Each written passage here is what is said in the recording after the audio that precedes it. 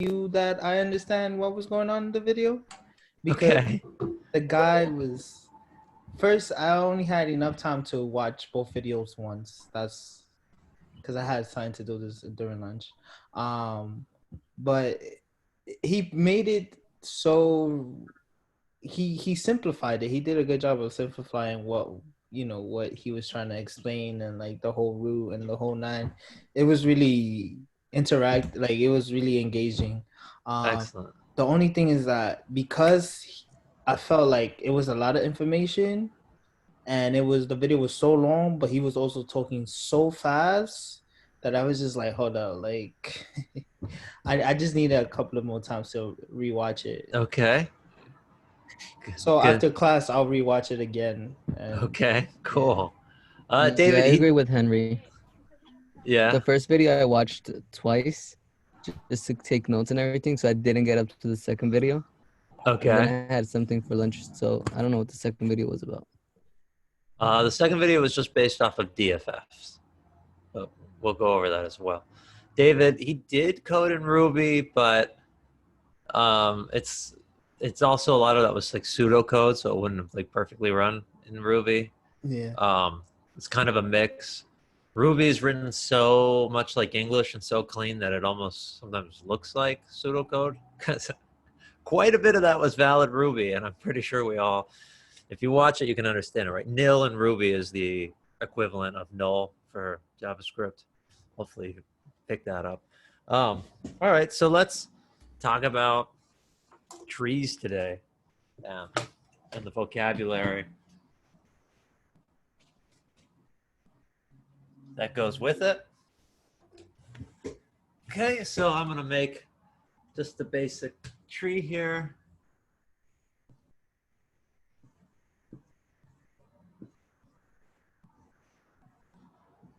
And I'm gonna label these.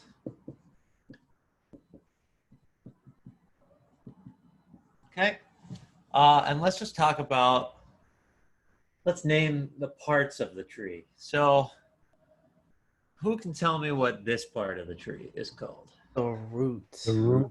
That's right. Yeah. So this is our root.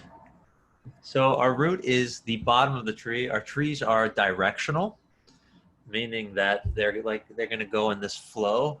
This is different than when we eventually hit graphs. Graphs, you can do a lot of the same types of searches, like DFS and BFS, which we'll talk about in a few minutes. You can do those on graphs as well.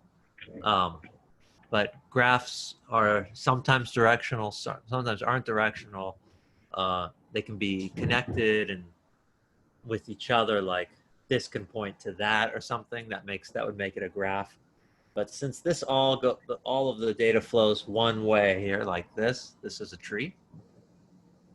How about this here? What would we call this? Subtree. Subtree.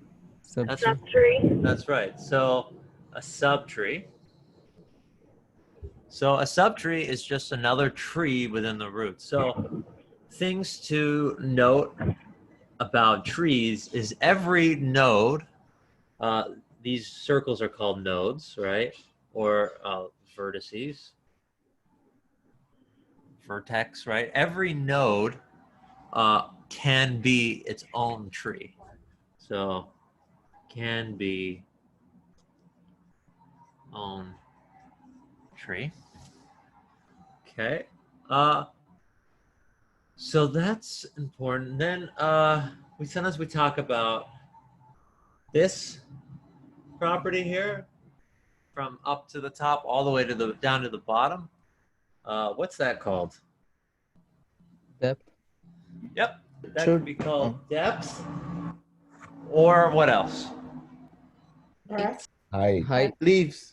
Or height. Height.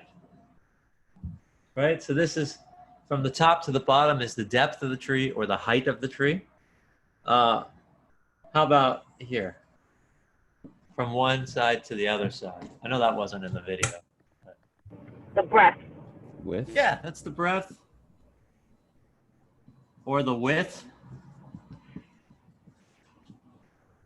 Right, so we've got the depth and the breadth, the height and the width. Yeah, how about these parts of the tree? The D, E, F, and G. Those are the leaves. Leaves. That's right. So these are called the leaves or the leaf nodes. Excellent. And then the other important thing is relationships. So what's the relationship between A and C? A parent and child. Exactly, right? So it's this parent-child. So we're going to say parent and child. Do they have you might ask, do they point to each other? So that depends on how you've written your node class or your tree node class, right? So it's kind of up to you in that regard. So that's something to be aware of, and we'll talk more about that in a minute. Right, this is G to A. This is like a grandchild relationship.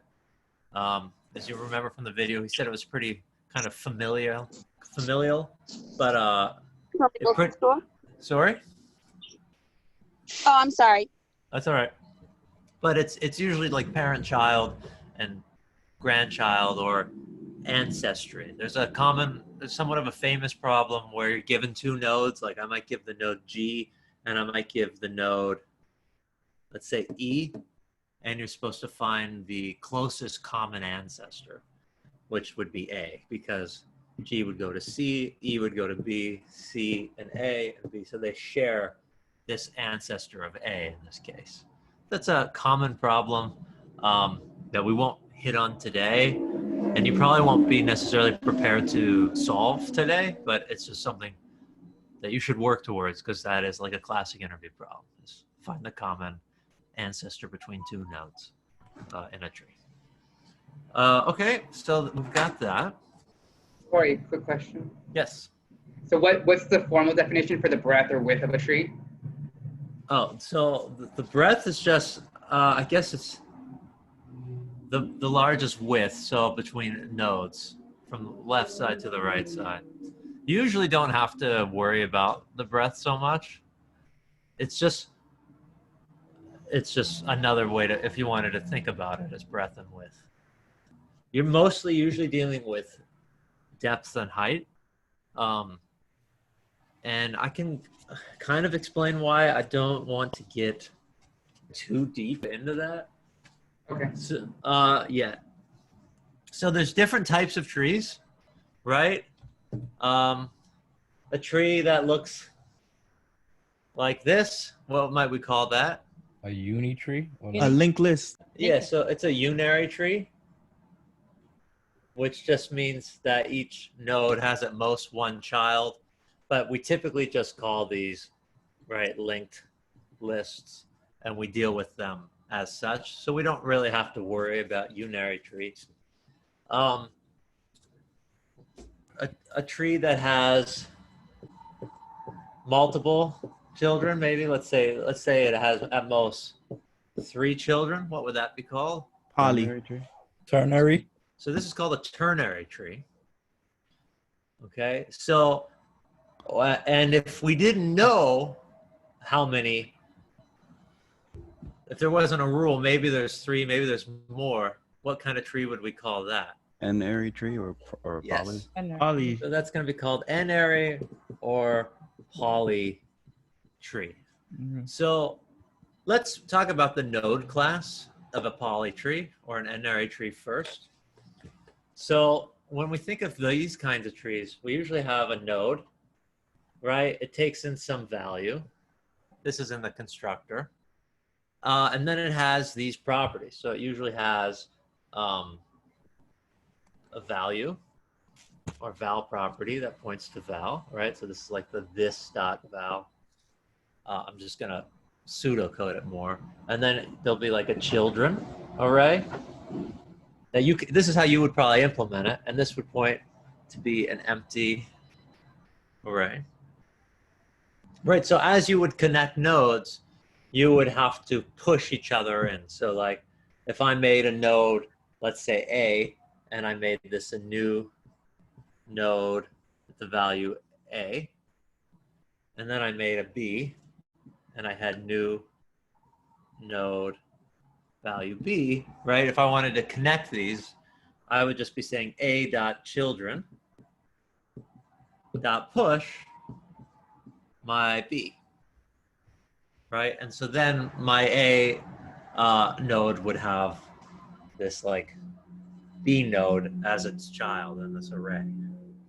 So that way you can have multiple children. Today, however, we're mostly going to focus on trees that have at most 2 nodes for each node. What would that be called? Binary trees. Exactly. So today we're going to focus on binary trees, although the same concepts can be applied to all those other trees, right? It's just how you're accessing the nodes or how you're searching. So the videos I directed to today, it kind of pseudo-coded how you might do that with n-ary trees where you have that children's array. And so I'm not going to completely just say everything that the video said. So we're going to focus more today on binary trees with me. So how we might implement those things. Does that sound good? Okay, so with our binary tree, let's also make our node class. Right, and we have our constructor, takes in a val. And for this, so we have our this dot val, points to val, and then we end up making this left and right assumption. So we say this dot left because it's going to have at most a left child and a right child. So I'm going to just default that to null. And I also can have a this dot right, which I will also default to null, right? So this is what my class will look like. Of course, when you're creating your things, you are the creator, right? Like, let's remember that. Sometimes I feel like we get stuck when it's like, oh, return the 2 indices as an array. And someone's like, oh, I have my I and I don't have my J, but I don't have this array. Where do I get it? And it's like, well, you can just go like that in your code and you've made an array. You know, like you're the creator of your own invention here. So when you're creating your own node class, like obviously if the problem's given to you, the node class is probably already made for this tree. But if you're building out your own tree, you're deciding, right? So I could add a parent if I wanted. Maybe I want my nodes to look for a parent. Maybe I have a visited property. This is something you would want for like a graph. You probably don't actually want that for a tree, but you can control it, right? You can also, because when you make an instance of a class, what is that? What like data structure is it? It's an object. It's an object, right? So a class, an instance of a class is an object, right? Is an object. So that means if while you're traversing this, you want to give it a new property, you can, right? Because it's just a key value pair. If I make my node here with this class, and I have, let's make my node for A, and I make that a new node, and I give it just this value of a letter A, right? Like I can change the left and right, but if I wanted to give it some arbitrary property, I could. If I wanted to say A dot weight is equal to 0, well, now my A object has a weight property. Right? I probably don't need it for this one in particular, but with graph traversals, you sometimes do need a weight property. But like, boom, now my A object has a value, a left, a right, and a weight. So just remember, like you have the power. You can set things if you wanted to, right? You're not stuck. It's an object. You can change it. All right. So today we're going to talk about binaries.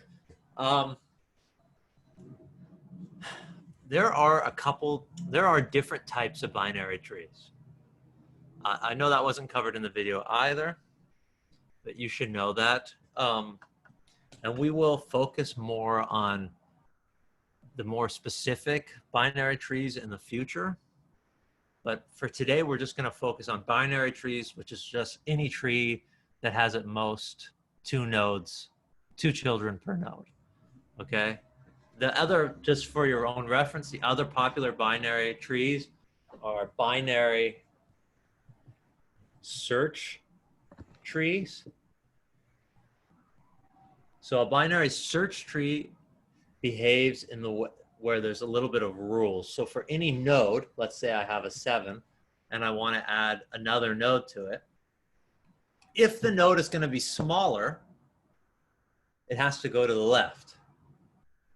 If the node is going to be larger, it has to go to the right. So if I wanted to add a 5, it would go there. If I wanted to add a 10, it would go there, right? So if I wanted to add a 6, every single subtree has to follow the rules of the binary search tree. So my 6 is less than 7, so I would go to the left. My 6 is larger than 5, so I'd have to go to the right. And so when you set up a binary search tree, you can search for things in log n time, because it's a binary search tree, right? Binary. Log, like binary search, right? Because then if I was like, oh, does a 6 exist? I'd go, I have a 7. It's less than, bigger than, boom. So that's actually, the time complexity of that becomes the height of the tree when you're doing a binary search. So it's O of height, or you can call it log n if it's correct, if it's made. There's also things called balanced binary trees, or balanced,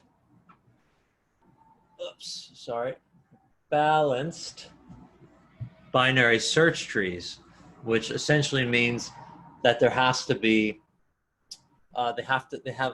they cannot be more than one thing. So if I have like a 3 here and I have a 4 here, this is not a balanced binary search tree, because it would have to there'd have to be a filling for each thing here. So like 8 and 12, but still not, because it actually has to fill in through the left. So you'd have to have a 2. Now we're at a balanced binary search tree, because there's only a difference of 1. I don't want us to worry about that too much. I just, if it made sense, it's good. If not, don't worry. Just know that there is something called balanced trees, which makes it so. The importance of the balanced tree is that you can search things better, because even if I was following the binary search tree rule, I might go, okay, I have a 7, and then I add a 9, and then I add an 11, and then I add a 13, right? What's that look like? A uni, no? Yeah, right. But it's really, it's a binary search tree. It follows the rules, but it's not at all balanced, right? So I'm no longer have this guaranteed lookup of log n for height. Well, I guess I still have height, but it's not the right tree. If I would have rewritten this in a way where I had like a 9 here, 7, 11, and 13, right? This would be a little bit more of an attractive tree. It'd be a little easier to search because I have a better root node. But we'll go over all of that again in the future. But for now, I just want us to be aware of our binary tree. Got this left and right property, and we're going to talk about the 2 main searches of it, you could say. So, or 2 different main ways of traversing it. So we have our breadth first. So let's do this one first. So this is breadth first search. And the way our breadth first search is going to work is it's going to go layer by layer, right? So we have A here, B here, C, D, E, F, and G. We're going to check each layer at a time. So we're going to look all through here, and then through here.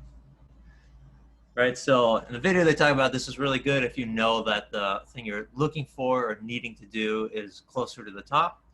Sometimes you do know these types of things, right? Like if I was trying to find the closest path between two people on Facebook, I would probably do a breadth first search, even though that's not a tree, that's a graph. But I would know that it's not going to be too far from this one person, right? Because they say every single person's connected by like 7 people. But if I did a depth first search, I'd be like looking, I'd go to all of Marvin's friends, and Marvin's got a friend, and I go to all of their friends, and that person's got all their friends. So then I'd go to all their friends and all their friends and all their friends, instead of looking at all my friends, all their friends, all their friends. Right, so that would be like a good breadth first search. Let's go ahead and code this out together, essentially. Okay, so when we're dealing with breadth first, we are dealing with queues, right? This is where stacks and queues start to become really interesting.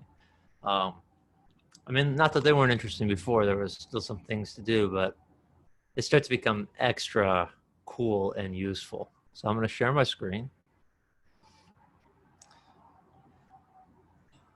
And let's start doing this. So I'm going to create a new file here. We're going to call this trees. Let's call this trees.js. And I'm going to go ahead and take from our GitHub lesson this tree stuff.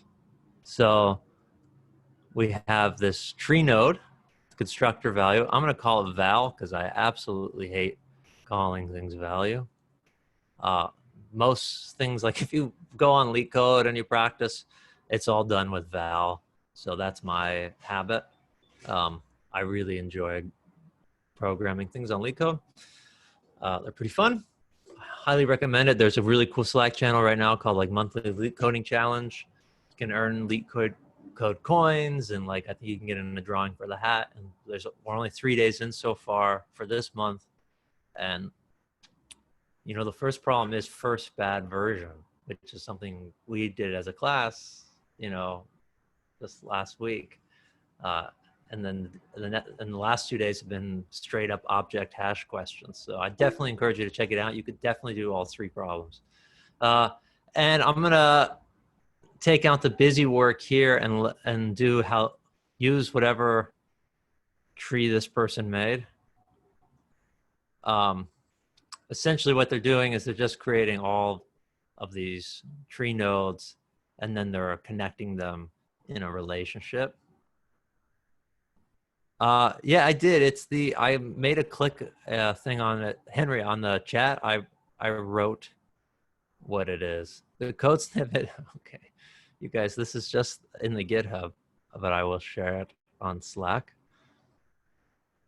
So Corey, you don't have to like explicitly state what the root is, right? It's just like based on what you decide to connect everything first. Yep, exactly. Just like if I was just making a linked list from nodes, I can do the same thing. Okay. I don't have to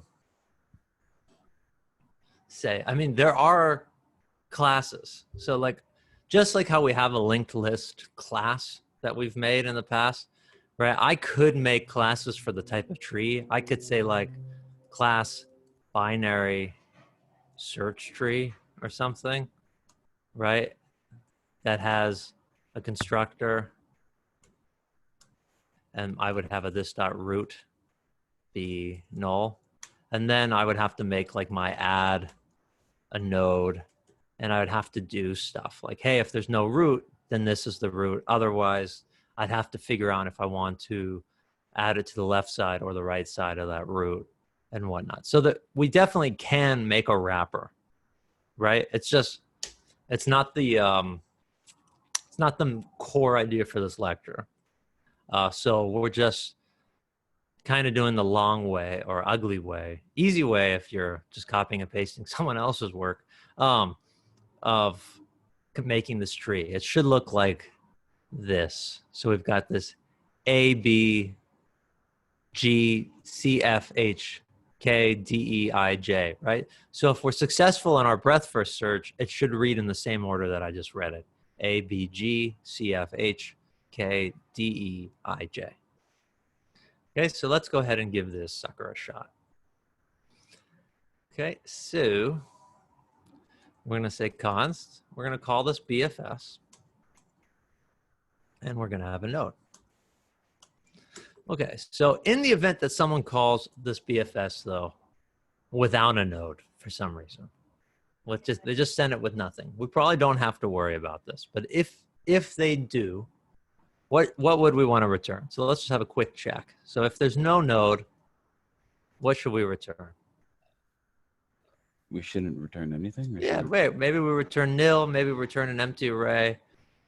I don't know, right? It's up to us. So let's pretend the problem is return an array of all the nodes in BFS order, okay? Let's solve for this problem. So if this is the problem, what would we get if we sent back a node that wasn't there? Empty array. Empty array. Yeah, exactly, Henry. Makes sense. So otherwise, we have to create this queue. So we're going to make our queue. Let queue. I'm just going to call it queue. And I'm going to start with our node in there, right? And maybe I should call it root, because I'm just going to call it root. Okay, just to be a little bit more explicit, because this isn't going to be this is not a recursive function, right? This is just going to be using the queue as our thing. So the first thing we're going to do is we're going to say, all right,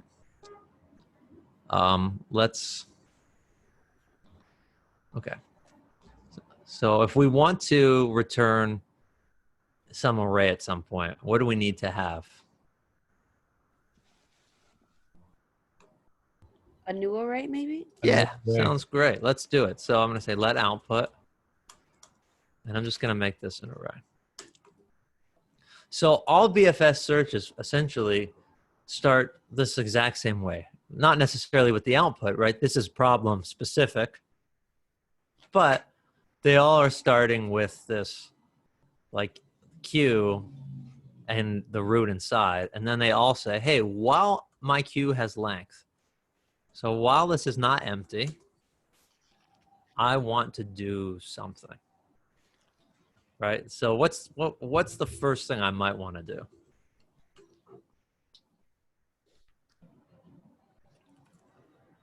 Look at its children? So look at whose children? The root's children?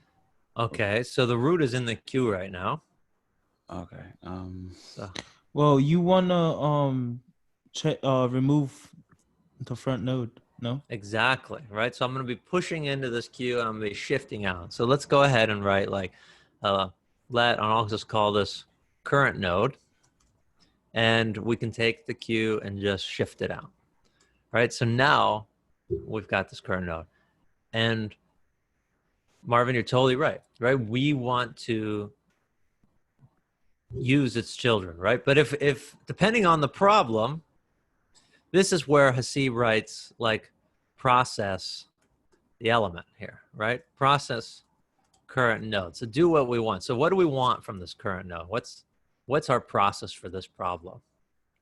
Is that console, like, is that the equivalent to like console.log? Process? No, he was using that as like you're processing. You're doing something with this node. The equivalent in Ruby is puts or p or print. But puts is most like console log. Good question. Now we want to traverse through the tree based on that node, based on that element that we have. Well, let's look at the problem. So this is the problem we're trying to do, right? This is a function. Mm-hmm. So I'll make it even more problem ready. write a function that takes in a root and returns an array of all the nodes in the BFS order. Do So we it's pretty want to? cool, right? Hang on, a couple of people are talking at once. Henry, would you like to go first? Yeah, I have a question. In the current.node, right? If based on the value, we could check what the value is, and then depending on that, we could either send it to the left or right. Is that Sort of, but we're not. So we just have this root. We're not sending it. This okay? is, we're going to look at its children, but right now we're just going to be iterating through this, and we have some process. But in this problem, what's our process? What do we care about from each node? What's the Don't we goal? want to like push Push the it to the left first? Push it left to foot, where? Push it to the output. Yeah, exactly, right? We want to push this to our output because we said that we want to write this function that returns an array of all the nodes, let's say values for fun. Okay, so I can go output.push current node.val. Great. So I've done my process with that node. I've used it for all that I want to use this node for, as far as moving towards solving this problem. But I still have to look at its children, right? So as we're iterating through, we've got our node here. We've pushed A, but now I still want to look at left and its right.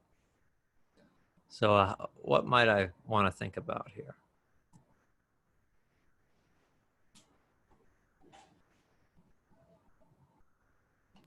Keying into the left. Okay, so we're going to definitely need to do the left, but what will we want to do with the left? We want to push it into our queue. Exactly, right? We want to keep pushing these children into our queue. Since I don't know whether a given node has a left or a right, because BFS does work a little bit better with children. It's a little bit nicer because I just can take the children. But in this case, I don't know if I have children on a node.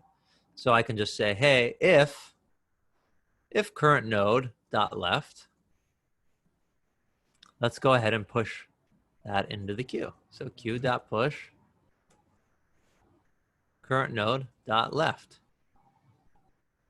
And then we can do the same check for our right. So hey, if current node dot right, let's go ahead and push that child. Current node dot right. Okay, so what all this does is it's gonna look at the left and it's gonna say if that's in there, it's gonna get added to the queue, and then so will the G. And then we'll look at the B, and the B will look at its its C and its F, and it's gonna push that into the queue. So then the queue will be G, C, F, and then we'll get the G, and we'll look at the G's children and push these into the queue. So then our queue will be C, F, H, K, and so on and so forth. Okay.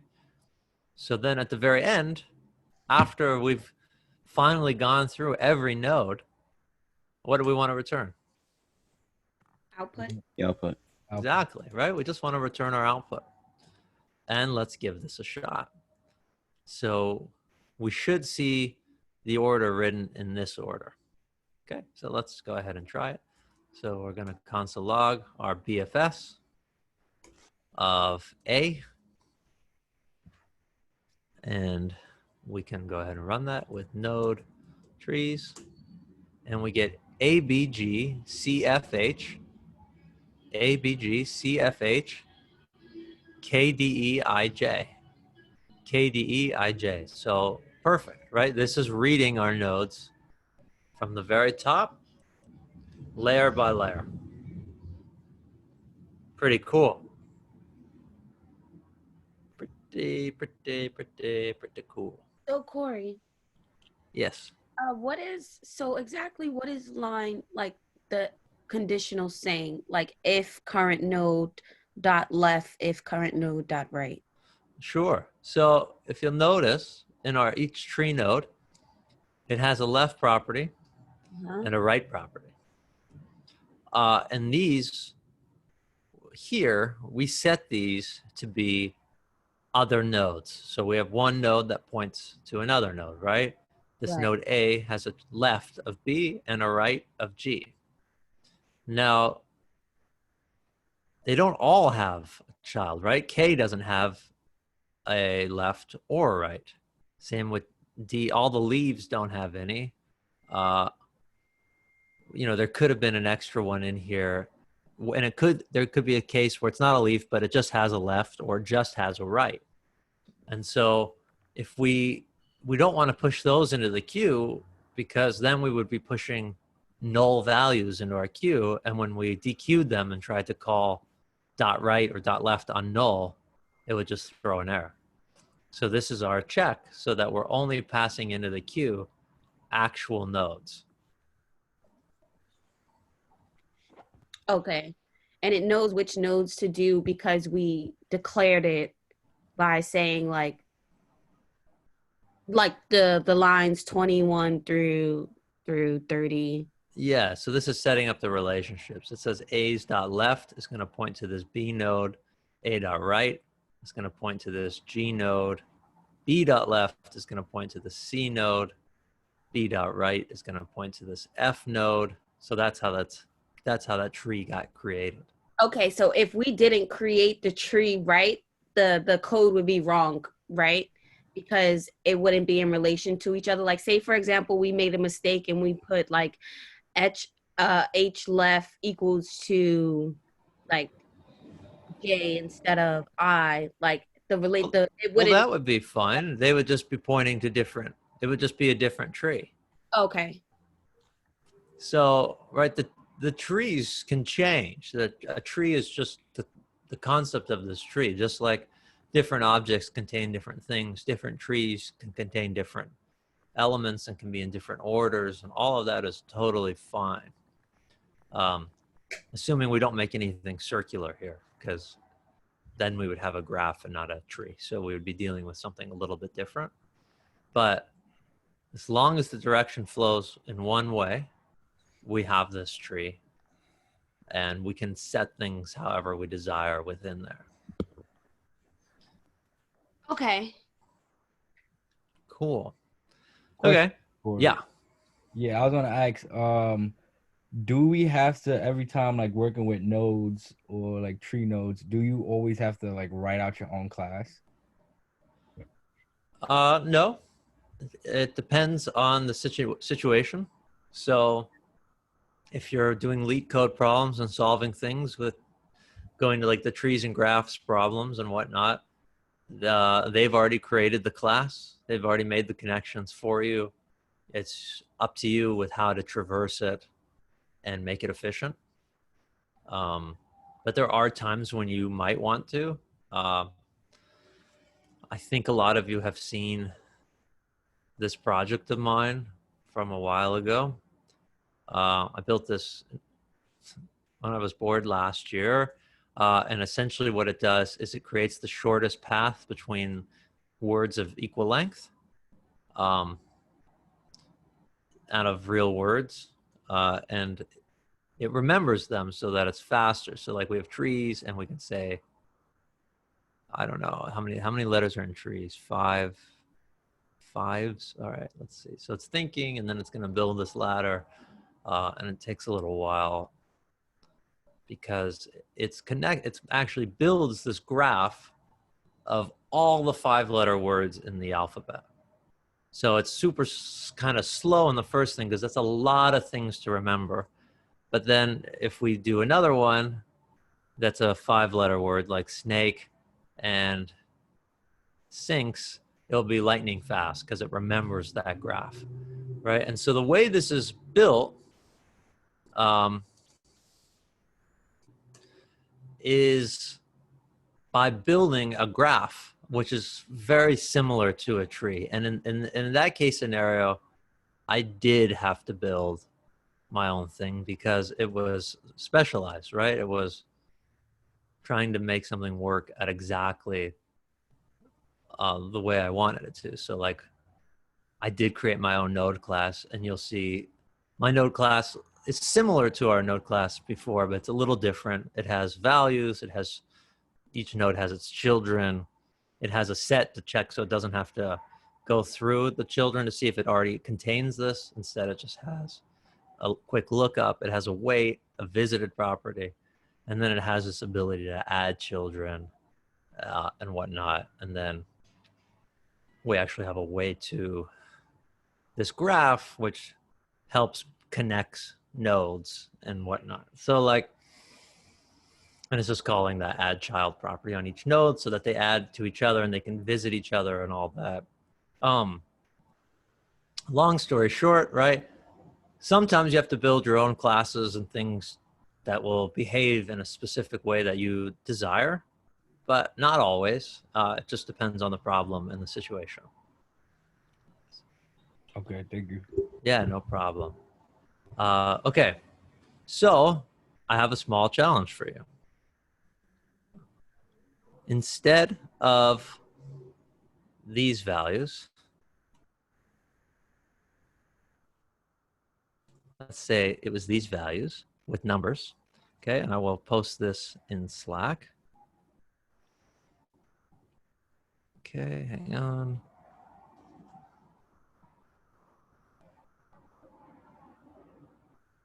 Okay, posted. Okay, the challenge. Where am I? There I am. Okay, your challenge is write a breadth first traversal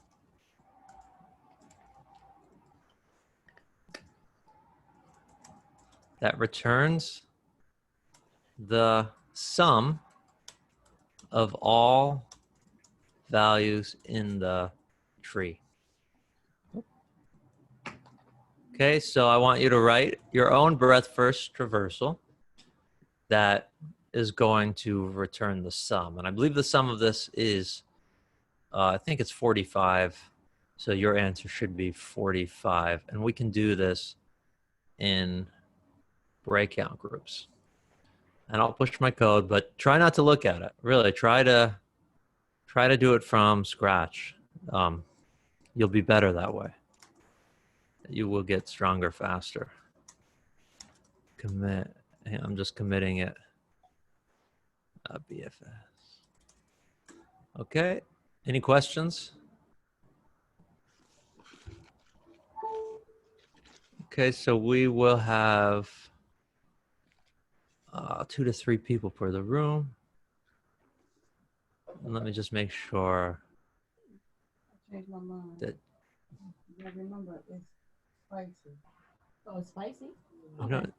Okay. All right. And let's start with.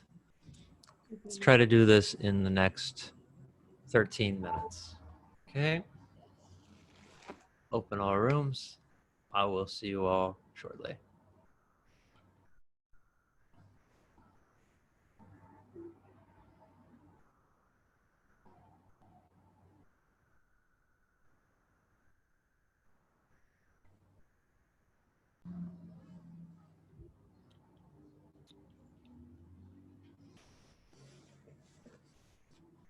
Why don't you call me? I can save you.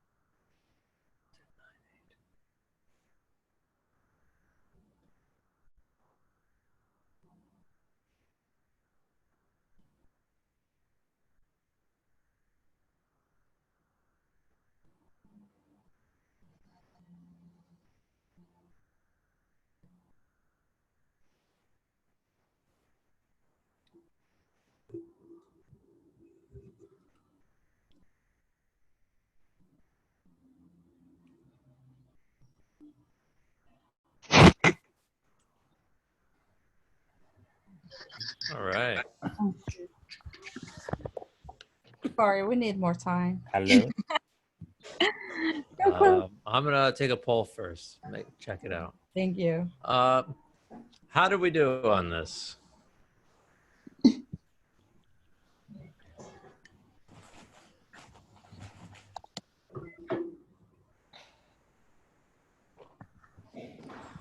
Okay.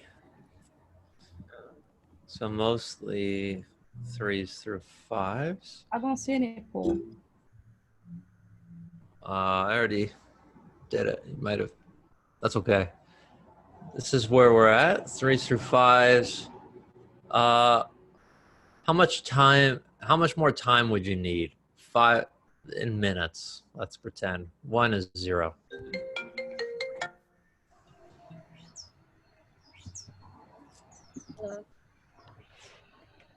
Sorry, I don't see any pool. Really? See how? Oh, yes. No, yes. Oh, okay. Thank you. No problem. Okay, so we're kind of all over the board. I'm gonna give us another 5 minutes. Okay, for the 4 of you that don't need any more time, just go ahead and see if you can implement it with DFS or something. Back. All right, so let's talk about it. We keep Let's getting go. 20, Corey. What? We keep getting 20. This is, Keep getting 20? yeah. You want to show your code real quick? Yeah, yeah. Okay. Okay, this is me, Henry Ashia. All right. So we're thinking something is weird with either one of our the conditional for our while loop that we have going on here, because pretty much we were just going to just add, we're going to update this value and just return it. But we keep getting 20.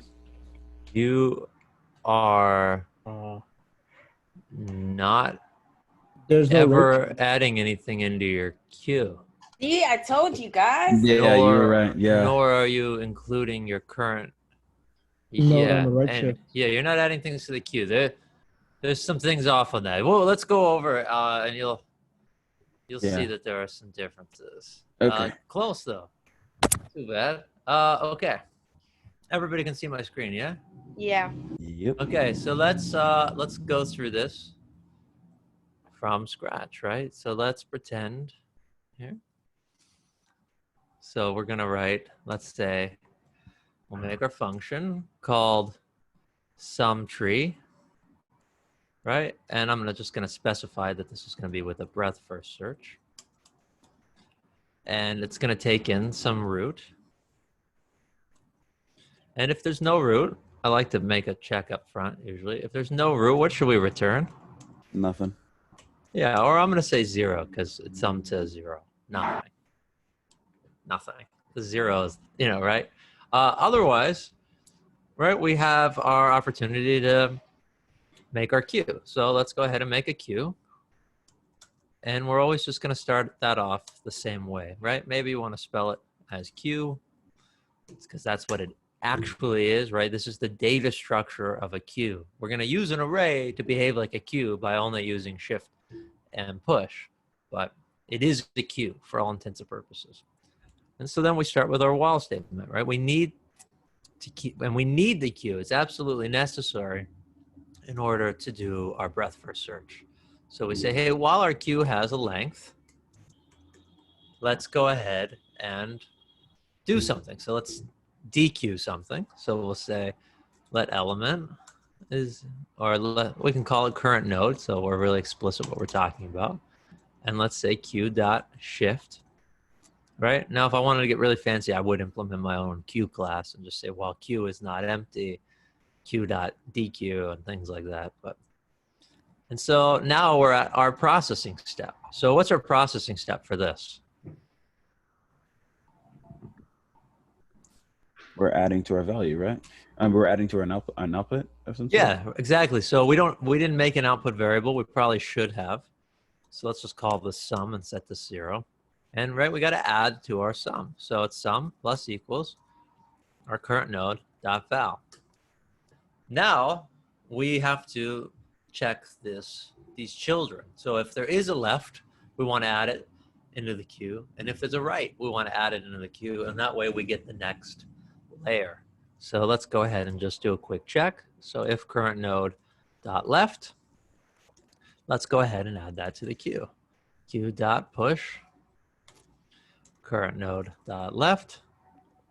And if current node dot right, I see what you mean now. Yeah. we want to, yeah, exactly. We want to push our current node dot right.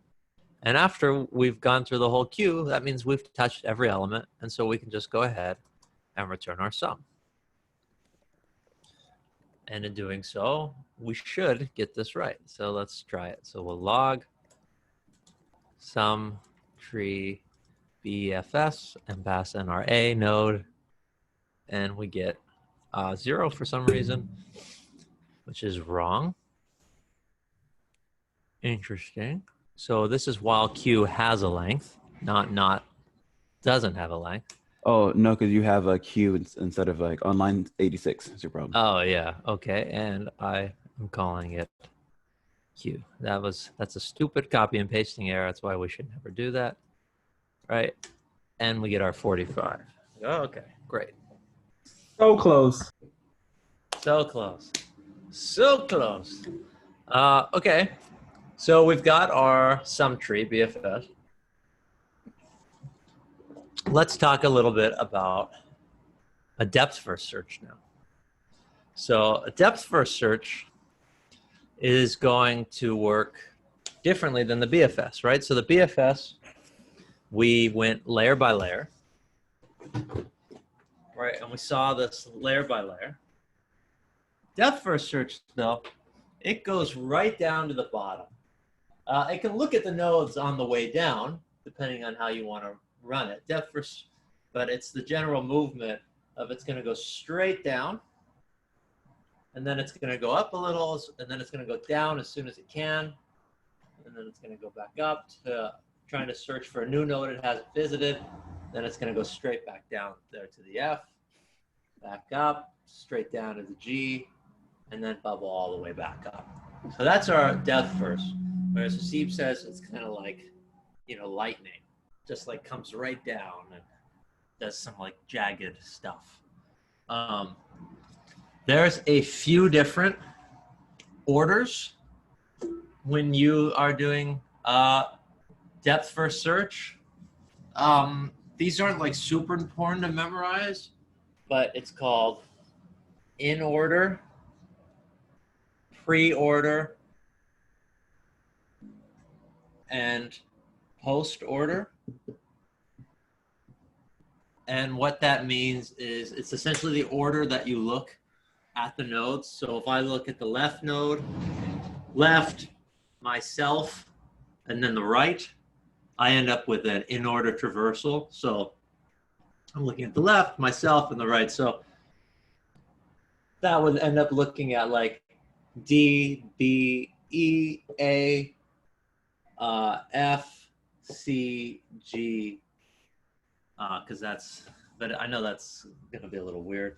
Pre-order is you're looking at myself, and then I'm looking at my left child, and then my right child. And post-order is I'm looking at my left child, my right child, and then myself. So not too much of a difference, really minor, we'll see. But just something to be aware of. Let's go down a basic DFS, shall we? Okay. So screen share.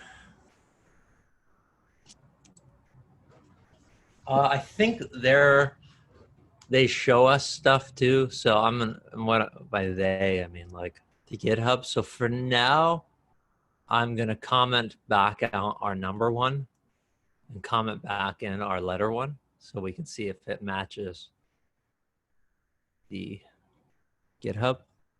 So we have that ABC tree again, right? It looks something like this tree. And let's go ahead and do an in order traversal. So depth first is really cool. So let's say I'm going to call this DFS in order. And the first thing we need to check is, hey, do we have a node here? So if we do have a node, we can do something with it. Otherwise, we have to return our base case. So if there's no node, maybe we just return in this situation, or return null or something like that, right? It's kind of up to you what you need to return. Maybe you return 0 or something, right? In this case, let's just return null.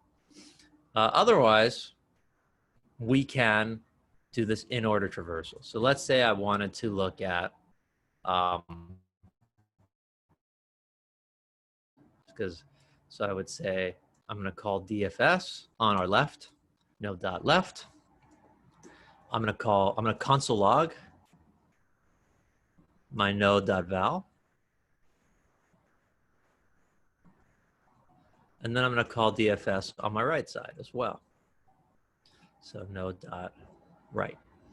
And so this is just something about printing. This isn't going to give an array. But let's see what happens when I call DFS in order and I pass in our A node. Okay, so we do this, we call, and we end up with this D, C, E, B, F, A. And let's check GitHub, and in an in order traversal, we get DCE, BFA, IHJ, GK, DCE, BFA, IHJ, GK, and we're like, all right, this is the right order. Now, the difference between these two orders, right? So this is in order. Now let's go ahead and do pre-order. Now pre-order, all I would do to make the change is not, right? All right, I'll do it again. I'll make a duplicate of our code here. I'm gonna call this pre-order. And ready for this? 1, 2, 3, up, right? That's the only change. The change is that I'm now doing something with my node first, and then I'm calling the left and the right. We have to keep in order, DFS in order. Oh, no. Just the change. Okay. You're good catch.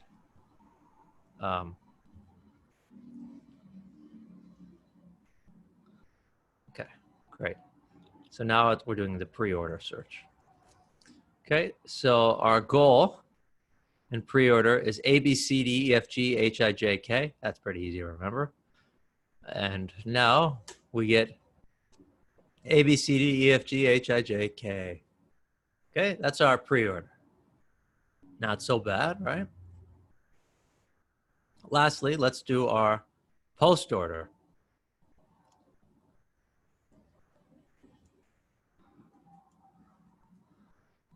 And return had that word. Okay, so our post order, ready? Bop, bop. Okay, and that's it. And for our post order, our goal should be DECFB, something else that I won't be able to remember that far. And we see DECFB, and then IJHKGA. IJHKGA, perfect. So that's the only difference. That's not like a big deal, right? So this is more just like how you personally decide. There are some problems that ask for pre-order traversals, post-order traversals, and in-order traversals. And someday you may be asked in an interview like what the difference is. And they're all DFS searches. It's just the order of which you process your current node that you want to deal with. That's all. If you want to do it before everything, it's pre. If you want to do it after everything, it's post. And if you want to do it in between the left and the right, it's in order. That's the only thing. Okay, so how can we make this a little bit more similar to what we were dealing with earlier, so we actually return an array instead of all these inputs, because I personally hate all these inputs like this. So no big deal. Let's copy this code and let's just make a general DFS and we'll say DFS make array. make array of values. And this will take in a node, or we'll say the root. And we can make our output here, right? So we can have a variable to actually push things in instead of just logging it. We'll be returning that output at the very end. And in the middle, we can just do a few things, like paste in a DFS in order here, right? Pass in our node, and instead of console logging, we can just go ahead and push that into our output. And then we actually have to call DFS in order right here and pass in the node from the original call. And so if we do that, we'll get our array that was to replicate the same kind of behavior that we had in the original DFS. So, oh, made a mistake. Node is not defined. Ah, good, I called it. Okay, well, I'll just do this. Root.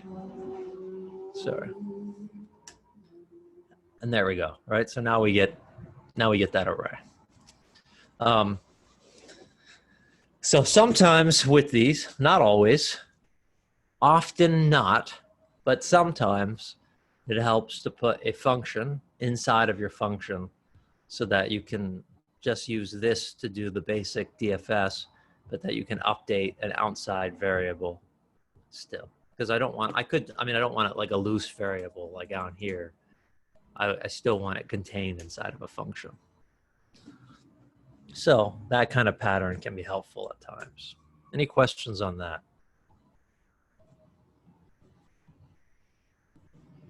Do we know what's coming? Some kind of challenge? That's right. Do you know the challenge, Marvin? You have to add things, but in DFS order. Uh-huh. Oh, man. Right, so we're going to go back. Corey, real quick. Yes. Question. Can the DFA, can you explain to me one more time how it's working and like the recursion and everything? Like anyone, the pre-order, the post-order, it doesn't matter which one. But yeah, sure. So all this does is it's taking this node, it's checking to see if there is a node. If there isn't, we're just returning. It doesn't really have to return null, right? Otherwise, it just like it really works like magic. We just take the left node and call it, and that's just gonna recursively go down the left side of the tree all the way down. Oh, okay, got it. And then whenever that's finished, then we'll be dealing with our middle or our current node. And then we're going to call it on the right side, and that's going to recursively go down all the way down its right side. I mean, it will go to its right and then its left because it will be the same function over and over again. So it can kind of get your mind in a warp, but it's pretty cool because you can write some really elegant answers with recursion. So I've commented back in our numbers, and your quest is to write a function that takes in a tree and returns the sum of all the values in the tree. Must be written as a DFS. Okay, I don't care about in order, post order. That doesn't really matter. That's like very question specific. In general, just the DFS is what matters. It's the concept of doing that recursion going down to the leaves and back up. Well, instead of breadth first, which is looking along the levels. Okay, so I'm going to stop the screen share. I'm going to post this challenge in the Slack. I will push my code, but again, try your best to pull it out of your brains. It will be more effective in the long run. Okay, and let's try to do this in 12 minutes. Whatever, we'll do 15. That way it will be the same time. Okay, Ready? Let's roll. Better on a DFS problem than a BFS problem. That's pretty interesting. But I don't blame you, because I think the DFS solution for this one is definitely sexier, I'll say, than the BFS one. Right? There's nothing wrong with the BFS. BFS is great, but you know, it just depends on what you need. So in this situation, it doesn't really matter if we're checking the nodes closest to the root first and moving down layer by layer, right? And it also doesn't really matter if we hit all the leaves first either. So for this problem, personally, I would probably also have chose a DFS just because I can visualize my solution and I think it's going to be cleaner. But let's go ahead and go through it together regardless.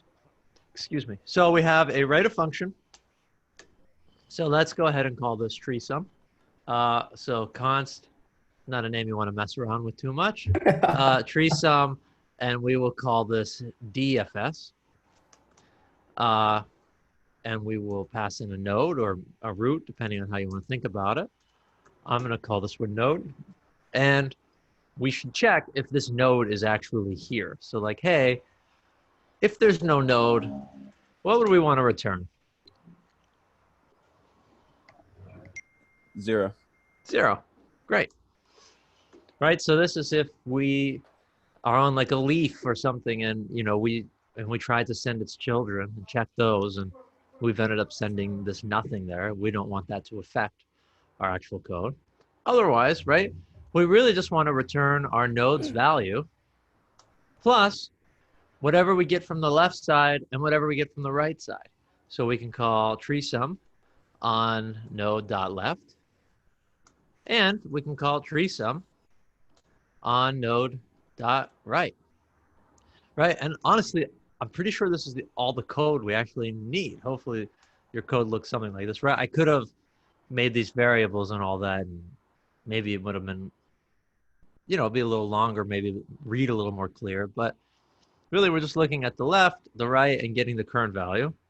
And so let's give it a shot. So let's go ahead and console log our tree sum and go ahead and pass an A, our node A, and we get 45. And we go, great. That totally works. Super sleek. Definitely feels like this one, this tree sum versus our, we call it sum tree on that one. It's got less of a ring. Versus our sum tree with the BFS, right? We see that this is more work just to code than our DFS solution, which is just 2 lines. Any questions on this one? Okay. And just to like hammer home a point a little bit, right? To like, because I know some people here have claimed to hate recursion. And I get that it's a different way of thinking about things, but I don't think it's fair to completely hate recursion. And let's just like kind of look at why, right? This is a completely valid solution. This is recursive. Let's go ahead and just quickly bang out like what a iterative tree sum might look like. Yeah, thank you, Marvin. It does need love, right? It needs all the love. Go home tonight, hug a recursion, right? And we'll say, so let's call this tree sum DFS, but let's call this iterative or iter, right? And so this is not going to be recursive. It's still going to have the same check up front. So we can say like, hey, if there's no node, return 0.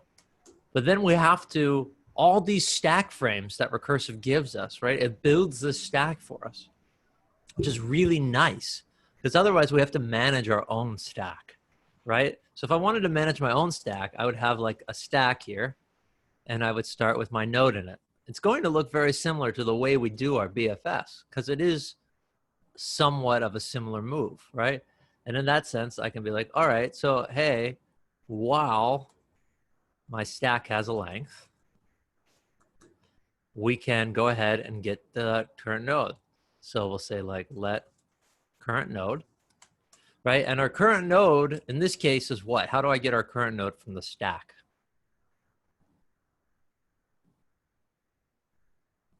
First. Do we have to shift it or we have to take it off the top, right? So if we, so if we shift, that would be the behavior of our queue. We pop it. So we got to pop, right? Because we're going to be pushing and popping. So we emulate that stack behavior. So we can just go ahead and say stack dot pop. And then we've got the same kind of checks. So, you know, I can add, let's have a sum variable because this is a sum problem we said, 0. And we can say like, hey, if my current node dot right, because I'm going to go down the left side first. So I'm going to put the right side on the stack before the left side so that I'll hit the left node on the next iteration first.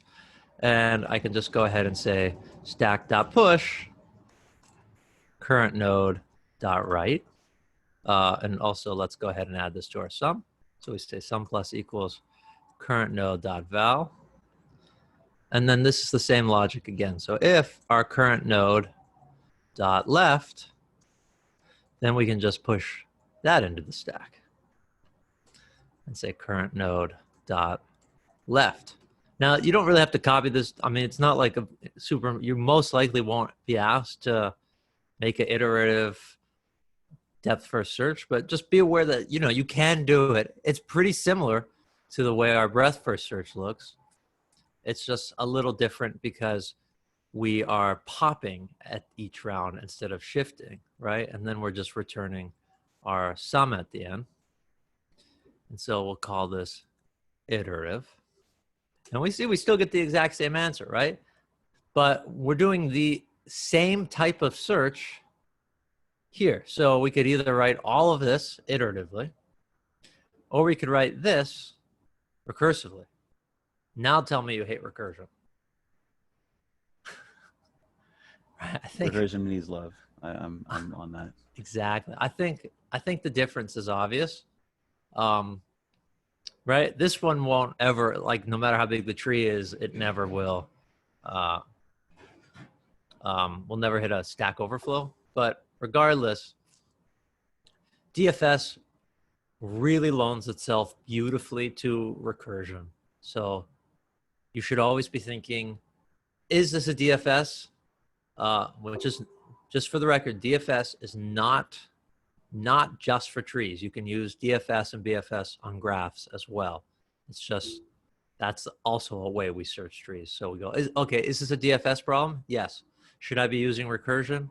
Yes. Okay. If I don't use recursion, I can use a stack. Otherwise, is this a BFS problem? If it is, I'll be using a queue. You remember those things, you're in decent shape. If you can do this kind of problem, that's a good thing. And that is everything that I wanted to go over today. In the DSA material, right? So in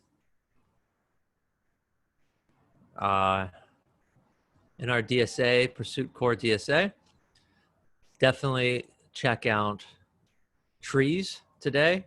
I would recommend starting with maximum depth binary tree. Trust me on that. This is the one I would make sure I knew how to do. Otherwise, you know, definitely continue to practice your stacks, your queues, work on your recursion. You can check out your sorting algorithms and binary search, right? We've covered now, and hash tables and linked lists. We've actually covered all of these things. So I would start working on these and refreshing my memory. I would definitely start with maximum depth of a binary tree. And when you're done working on DSA, go back and continue to work on whatever you need to work on. Reach out to the team if you need help with Redux. If you need help with Redux Toolkit, right? We are here for you. We want to help you. we feel disappointed when you don't ask for help. So, okay. Any questions for the rest of the day?